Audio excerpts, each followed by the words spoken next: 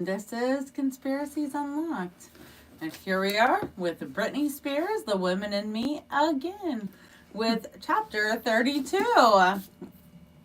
What happens in this chapter, Heather?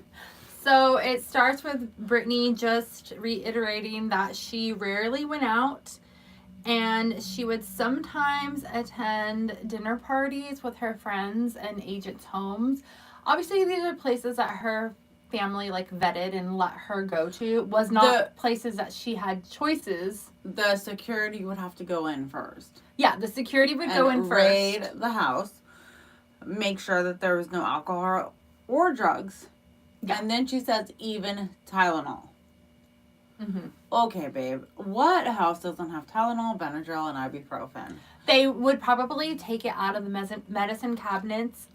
So you're telling me that she's going to an agent's house, a famous person's house, and this security person is going through all 32 private bathrooms? No, they probably, the way that I took it is they probably just, whatever area the party was going to be in, they wouldn't let her roam.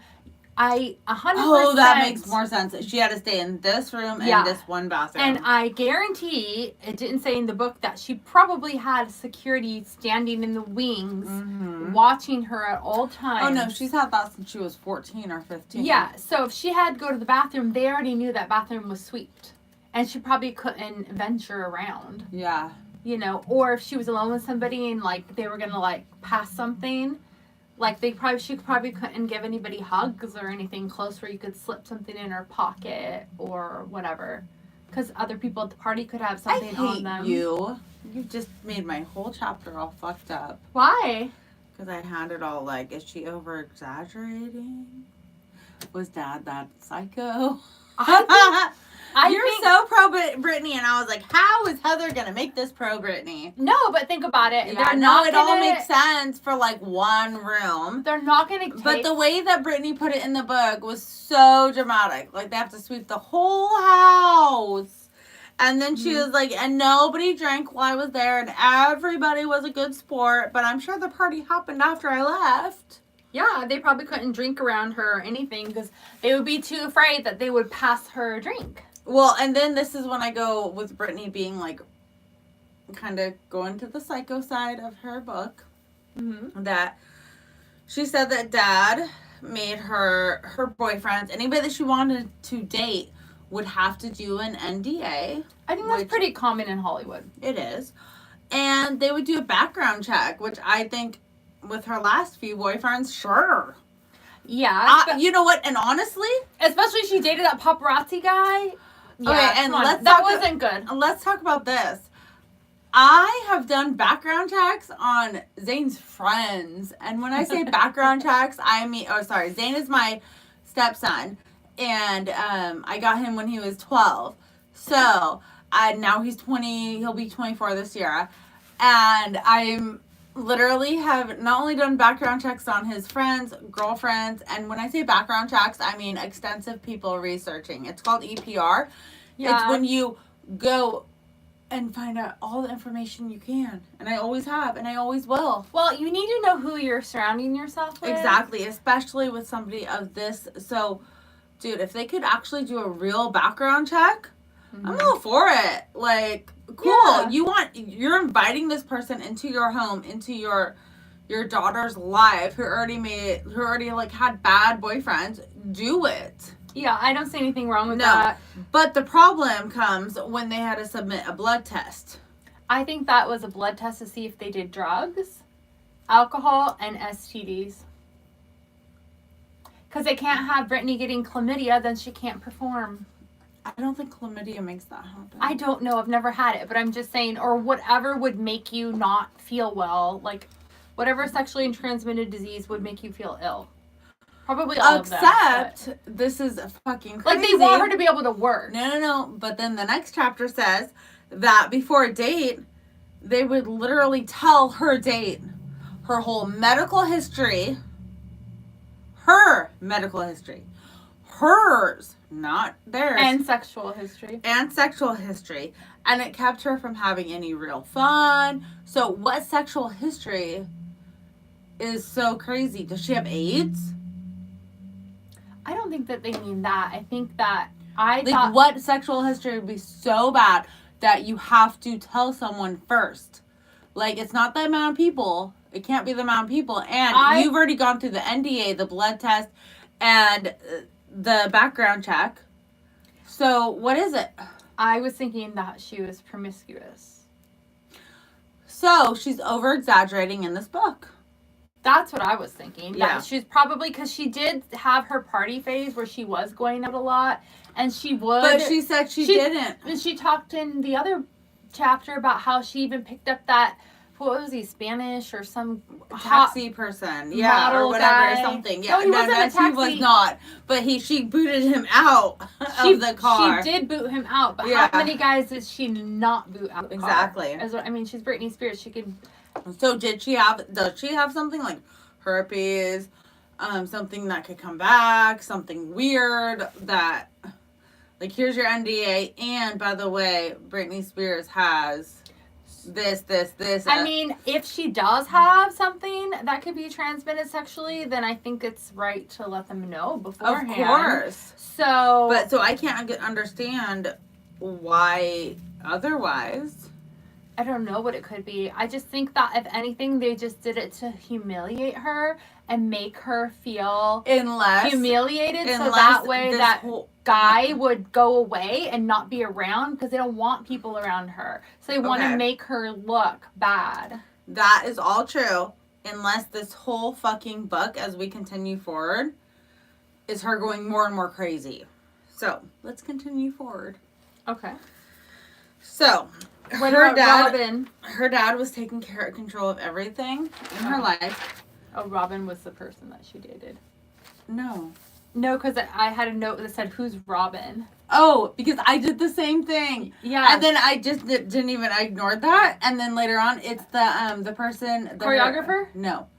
The, Robin was so Robin comes back up in this chapter. So if you're doing this chapter by chapter, you'll already know who it is, but it's been a few weeks for us. Robin is the first person that her dad contacted to get the conservatorship. Oh, okay. Yeah. One of those I was first like, people. Who's Robin? Yeah. No, it's not a boy, it's a girl. Well, but also the way that Britney writes stuff, sometimes I know, it's so back and forth. She goes on some tangent, and then all of a sudden she talks about Robin, and I'm like, who the fuck is that Robin? come from? So I choose to ignore a lot of things, and then once it comes back again, then I'm like, oh, there we go. Something I need to pay attention to. Yeah. There it is. Found it. Light bulb. So she was just like, her dad's taking control of everything. It's horrifying. She's very scared. Yeah. And she actually was like horrified enough to go to her lawyer, which was a court-appointed lawyer. Yes. And she thought that she had to stay with court-appointed lawyer, which we have talked about before, that totally illegal. Like, you can go get your own representation. But under the conservatorship, she might have thought that different rules applied to her because she had no control over anything. Yeah. And nobody ever told her that she could get her own lawyer. And she was misled for 13 years. Yes. It was a bullshit lie that she lived under for 13 years. Very sad. And then the next chapter is kind of like bitching. Like, where I'm like, is Britney like 6 years old? Grow the fuck up. She's like, my mom was best friends with the governor of Louisiana, and he could have helped. He could have told me that. I think that was her just saying her mom had connections. Why didn't her mom use them if her mom cared about her? Because mom kept it as a secret. Because mom didn't care about her. But hey, the way that by the way, mom got her own lawyer to keep fighting with Dad as she always did. They were divorced at this point, right? Yeah. But she got the lawyer. Yeah. And I'm like, dude, Britney, are you fucking 6? Like, you're literally in your book being like, oh, she couldn't get me a lawyer, but she got a lawyer to fight my dad, like she always wanted to do since I was born. She always fought my dad, so that's her main concern, is to keep up the fight with Dad. But I also feel with Britney is that I knew you'd defend her. No, but the thing is she even says in the book that she felt like a child. Always. She always resorted back to childhood. I feel like she probably is mentally, emotionally stunted at like a younger age. So even though we're thinking and you're thinking like, what are you, 6, Brittany? Like, get over it, whatever. Maybe she really is mentally like a 15-year-old or a 16-year-old. Like, she doesn't have the capability to move on,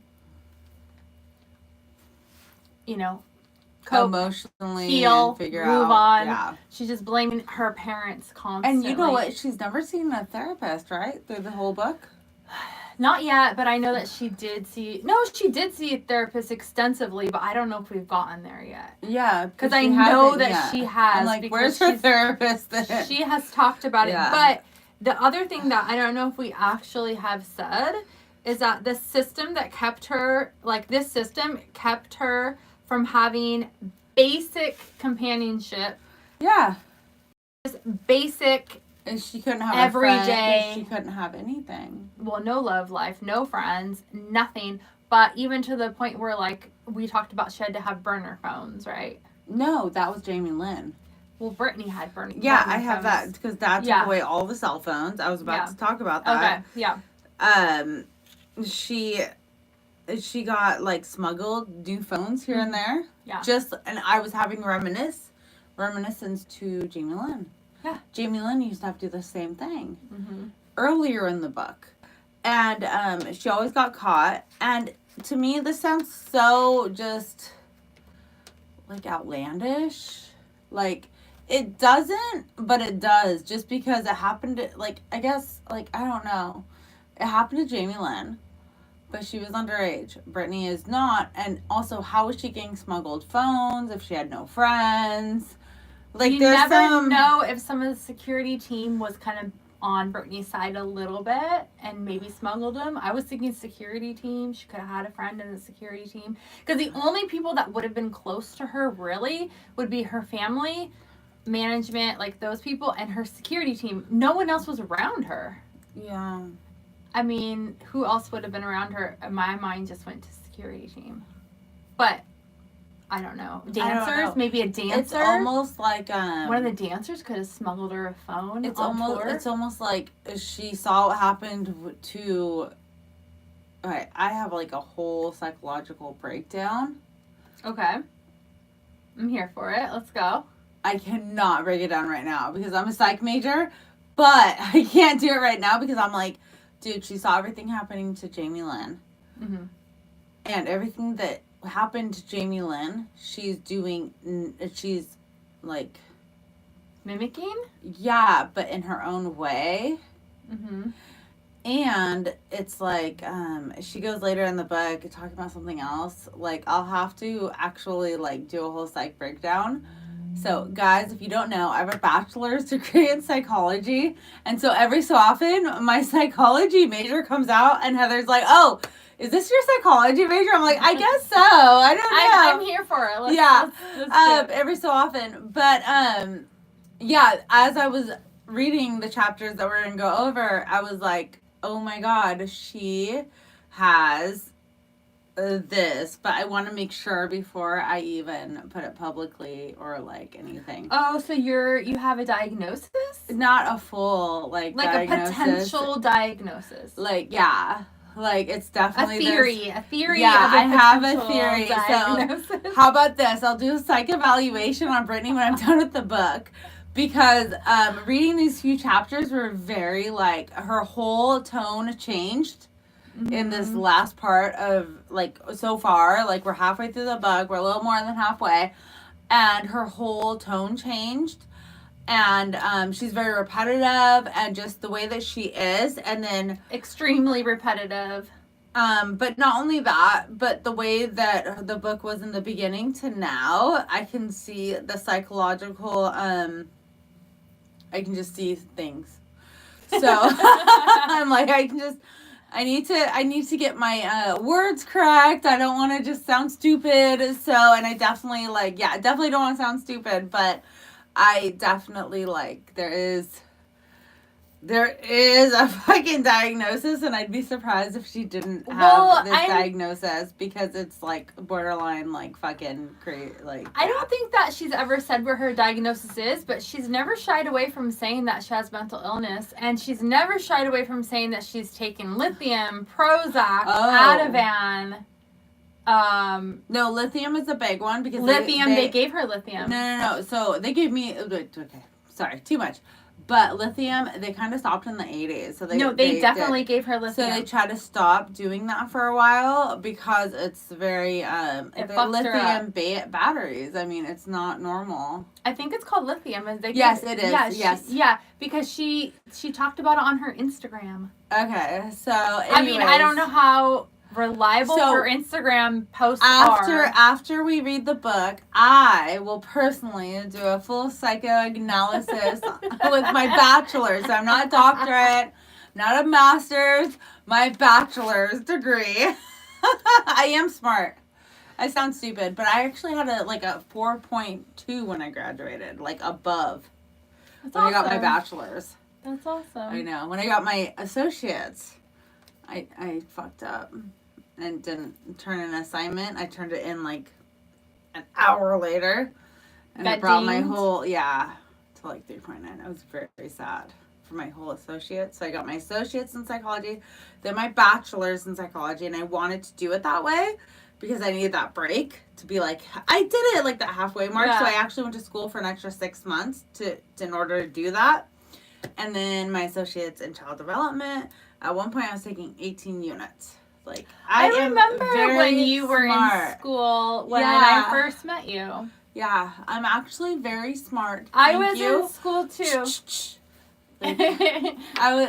I studied dental science. I was in school for like 6 or 7 years. Yeah. Where's my tie? Anyways, okay, so we gotta get back to this. So Brittany's father said, "I call the shots." Brittany thought this is just way too much for me, and she went on autopilot, and she just was on autopilot. Yeah. She said, "If I play along, surely they'll see how good I am, and they will let me go." That's like a quote in the book. So she went along with it. What else could she do? Yeah. At that point, all she could do was just go along with it. And Felicia... Well, no, wait, stop. What? I have another quote. Oh. She thought back. The reason why she was like, I'm going to go with it, because she was like, oh my God, they could strap me back up to that board, take me back to the mental hospital. And she said, they could have tried to kill me. Oh, that's true. And I've had that feeling of being like no control and just somebody else is controlling everything and that's it. Have you heard of the conspiracy that Britney did die in like 2009 in a car accident with Justin Timberlake, and that this Britney we see now is just a clone? Same with Avril Lavigne. So there's a lot. I mean, that's definitely not in the book at all. Oh my God, we should do a story. We should do a whole conspiracy. But talking about, she said she was afraid they were going to kill her. There's already a whole conspiracy thing that supposedly they did. And then she says, did they want to? Like, maybe that was their goal. Like, but then if they kill her, then they lose their money. Yeah. So no, they didn't want to. So then after she was married to Kevin Federline, that's when she talks about Felicia, how she was there for a bit. Yeah, Felicia was if people don't remember, Felicia was a family friend who stayed on with... Was parental guide, her parental person when she was underage, and mom, dad, nobody could be there for her. They would send Felicia. Yes. And she was often with her all the time. You always saw them together, always, Faye. Constantly. Faye. So after touring, they had lost contact, and she wanted to come back for her tour circus. Mm-hmm. But Dad fixed that by saying, "Britney doesn't want you here. I'm sorry. Bye." And she didn't know that it was a lie. And Britney says, and I was like, I hope Faye sees this. She will. I'm sure. I'm sure she's already seen it. But I was like, that's like huge, because Mm-hmm. That's gut-wrenching when you look back and you just, like, write somebody off because you're like, but then fuck that bitch, whatever. Well, because wasn't she in Britney's life since Britney was like 8 or 9? Yeah, or like even godmother, younger? I think. Yeah, younger. Because Britney, you have to remember, Britney didn't just need parental guidance when she was already on these big tours. She needed it when she was on the Mickey Mouse Club. Yeah. Kids Incorporated. Yeah, that's what I'm saying. All like the that. little, yeah, like, in when Florida. she's like 12, 10, yeah, 11. to 9, 8. Yeah. She started when she was like 8. Yeah. Mm-hmm. So why would she suddenly not want her? So Britney was like, if I had quotes from her book, if I had known she wanted to do something for me, I never would have told her no. And I'm just like, of course you wouldn't. Somebody wants to do something for you. Why would you say no? Like, do Depends it. on the person, though, because sometimes, like, you want to say no because you don't really want that person to think, like, anything. So you're like, no, it's okay. Yeah, no, I thought about that, too. Like, no, it's fine. That's fine. Everything's great. Yeah.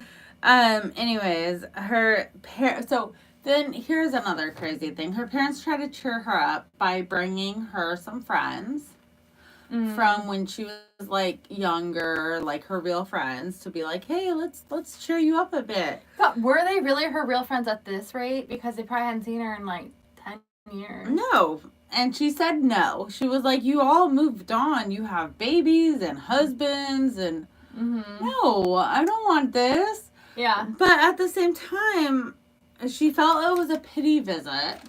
Yeah, and she didn't want to have, she wanted real friends. She didn't want someone who was just there. At the same time, because they felt bad for her. Why would the parents want to give her access to the outside world if they were trying to keep her down? Because they only let certain people around her, so they brought people that they felt would fall in line to what they wanted for Britney.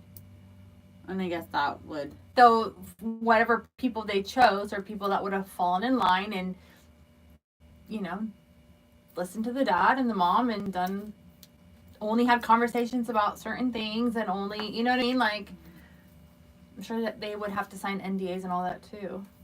Yeah. It was a very controlled environment. It's very weird. It is very weird. I don't have it in me to be that much of like micromanage. Like it's too much it's work. Giving me a headache thinking about it. Like that's just not my personality. Like I hate that. It's like I don't have it in me. I try to micromanage my life and I can't.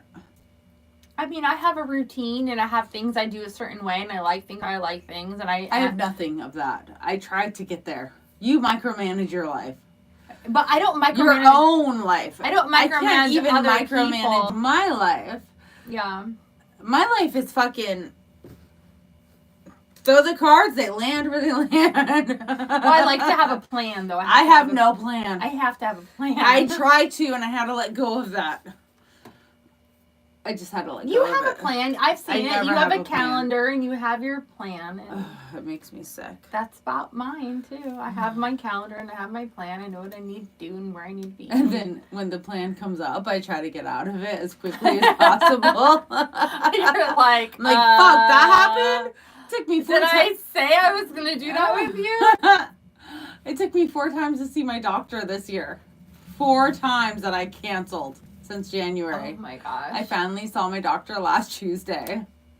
Just for like normal physical. Yeah. Just to be like, hey, I'm alive. How are you? Yeah.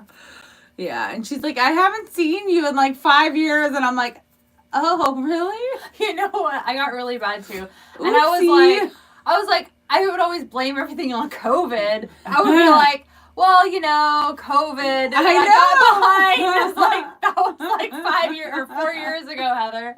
It's like, oh, yeah, was it? Is that 4 years? I'm like, I'm still recouping from that 2 years. I gotta make up for it somehow. Anyways, so. I'm not a procrastinator, though. And I'm always on time. Never. So, no, I'll be the but I'm the psycho one. You're like, so fast, though.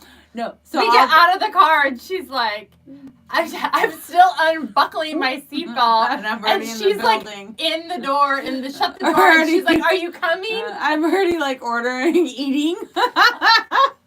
I'm like, how did you teleport there? I was just saying the other day that I wish I could just like teleport places. And you're like, you're over here floating around. Walk faster. You're flying to your destination. Oh my God. Anyways, so she went, so Britney, she says that I bet Britney felt that she wanted to teleport places too. I'm trying to get my life over with. I think. Yeah, I'm just like, let's go. Do it. Yeah. So anyways, she says that she went from partying a lot and her body couldn't take all the partying.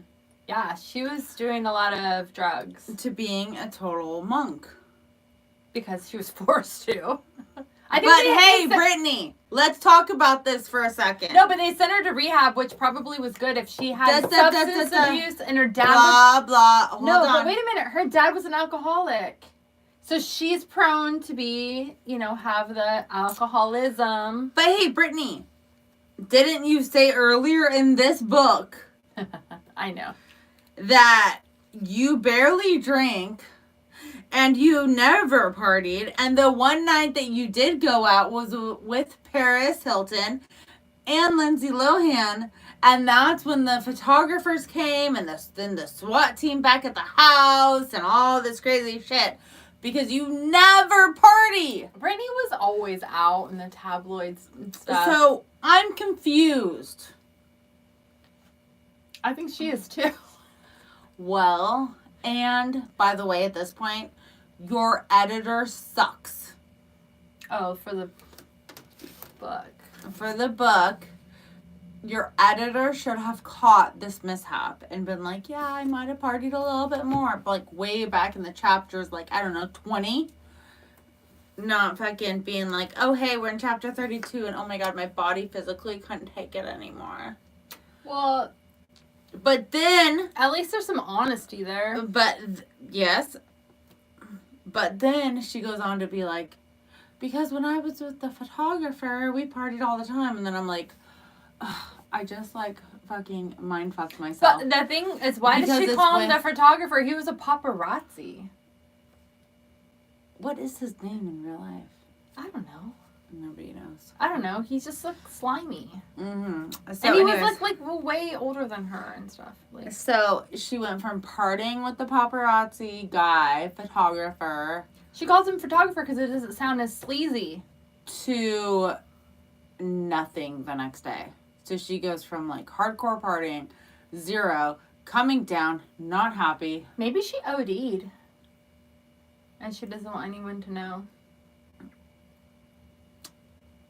And that's why she went to rehab, because maybe she overdosed. I don't know, but she's saying she always did what she was told.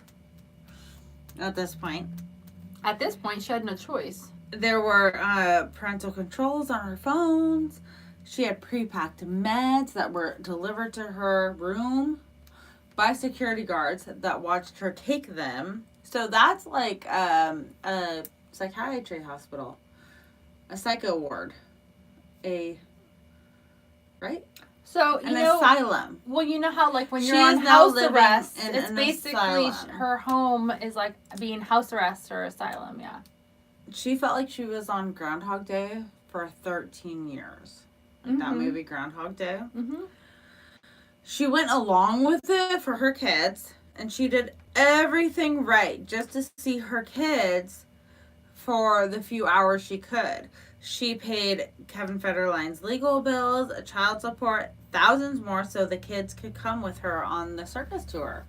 Which I'm like, that's really, like, cool that the kids could go on a tour with her, like, across the country or world. Well, she went to Argentina and Australia. Yeah, I was going to say the whole world. And Kevin Federline's like, cool, take my kids, bye.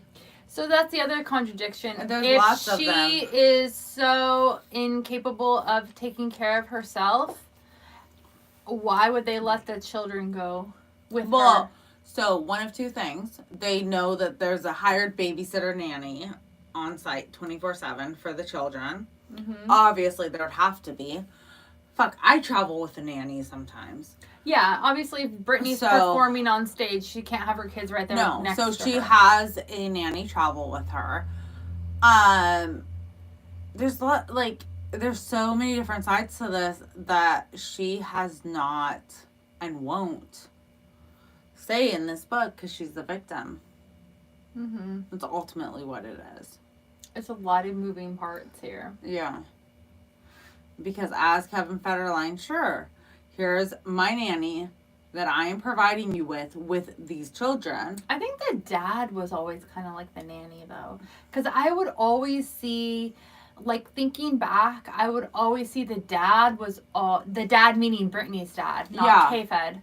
Kevin Federline. Yeah. I'm all K-Fed. I know, I have it all in my notes. K-Fed. Yeah, no, all the notes says K-Fed, and they never say Kevin in my notes. Yeah, everybody used to call him K-Fed. But, her dad, Britney's dad, Jamie always had the children with him. Yeah. And then I remember watching right before her book came out, or right after, and you said you wanted to do this book. I watched the it's like a 45-minute thing on some Prime Video, or just Google it and you'll find it. And it actually talks about this book and stuff like that, and it came out so quick. It's crazy how quick things come out now. And there was a shot, a camera of like a real video of Britney breaking down behind the scenes of the concert. Oh. And her dad saying, "Hey, if you want to see the kids, you need to get out there and perform. And then you can see the kids after." Yeah. And she's like, okay, let's do this. Yeah. And that makes so much more sense that they were on tour for the circus. Yeah. K-Fed wasn't there. Yeah. And because I took it as, oh, you can talk to them on the phone with Kevin Federline, like in their earshot or whatever, yeah. But no, the kids were probably in the next room with the nanny, and the dad is gatekeeping it. Yeah, because the thing is, they used the children as a bargaining tool, so she would comply, and if she didn't feel up for performing that night, or she was emotional, or whatever was going on internally, she had to put that all aside. Otherwise, they would not let her see her children, and then which is disgusting and heartbreaking. And why did they keep her under lock and key and keep her under conservatorship and all this stuff? Money. Circus tour was worth $130 million. Oh, it was one of the most profitable tours. Not now. No, nowadays. But I mean, for her, yeah, that was one of her biggest tours. And TriStar made 5% off that. Lou Taylor's company, which Lou Taylor will come up a lot later. Oh, really? Yeah, Lou Taylor comes up a lot. So, in 2019, she took a hiatus. Meanwhile, her father still had to pay a minimum flat fee. So, once again, Britney is footing the bill for all these people. Everything. And she's just like a slave. I'm a slave for you. Like, literally. She literally was. And this was in 2019. And yes, and her father got a cut of her performances and everything, just like TriStar got 5%, Dad got like whatever percent, it doesn't say in the book. But he definitely got $16,000 a month. That was on top of everything. Yeah, because he got the extra minimum flat fee. And he ended up becoming a multi-millionaire from her conservatorship. Going from an alcoholic, gambling, has all these debts to pay, bankrupt human.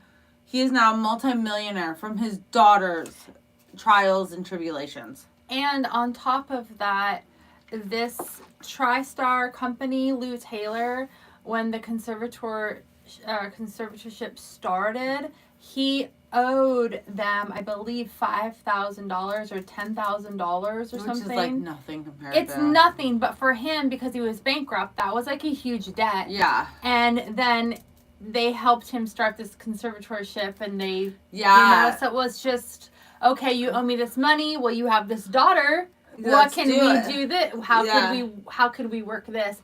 And a lot of, we'll have to get like a list or something, but there's a lot of famous people that are with TriStar and with TriStar is the unicorn. TriStar movies. Mm-hmm. It's the unicorn. Whenever you see the unicorn come up, that's TriStar. Oh, I don't remember the unicorn. Yes, it's a white unicorn. I think I kind of do. They have a lot of great movies. Is this the same TriStar though with Lou Taylor? I don't know. They're that TriStar Pictures. I don't think TriStar Pictures is the same as with Lou Taylor. You don't think so? No, because like I don't know. Like here, like even the little that's Columbia, but TriStar, yeah. I don't think that. I have no idea, but Lou Taylor is a key point TriStar. here.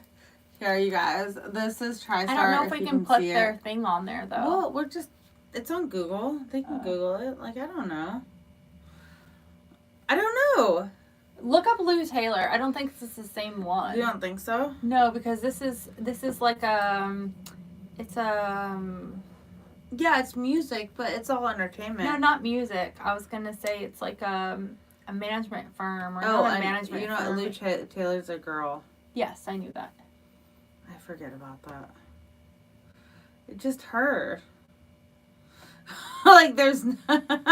We'll do a separate thing about that, but yeah, it's all ties in with the book. Yeah, I know. So Jamie Lynn Spears, Steven Tyler, Mary J. Blige, Gwen Stefani, Priyanka Chopra, and Britney Spears and Nikki Taylor. And there's a lot of other ones too, but CEO of TriStar Product. Yeah. What is it? Is it the same one? I'm trying to see. Just hold on. Florida, Georgia Line, Reba McEntire, Jason Derulo. Holy fuck. Mm-hmm. And there's Jamie Spears and Lou Taylor leaving the UCLA Medical Center in 2008. Oh my god. Yeah, no, Lou Taylor. And the thing is Lou Taylor gets a percent from all these people. Oh my god, this is crazy. Yeah. You guys have to Google this. Like, this is in fucking insane. That's what I'm saying. Lou Taylor is a huge... I'm just doing off of the book, and Louise Mary Taylor, yeah, no, she's not... Okay, just keep talking about the book. Where are we at? Yeah, her, like, TriStar thing doesn't even... Yeah, TriStar Sports and Entertainment. Yeah, it's not TriStar. It's not even the real one. No, it's her own thing, yeah. It's her own company. That's so weird. I don't like that. Yeah. That's a very, look, it's like a green star. Yeah, it's not the same one. I don't know if you can see it. I don't know, but it's a green, like, so she's connected to all of those celebrities, and she gets money, like, yeah, from Britney, she got 5%, right? Yeah. And she probably gets 5% from all those other people. Everybody, just, like, Reba. Mm-hmm. I love Reba. Leave Reba alone. Free Reba! No.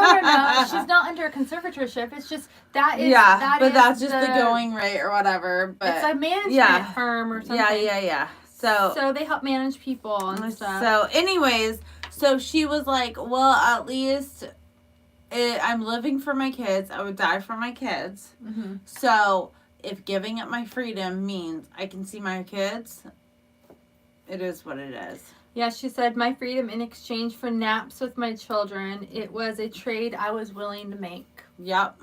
So, and that is the end of chapter 32. Stick around for chapter 33.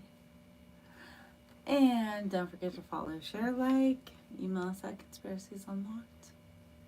I don't know what else to say. Bye. Subscribe.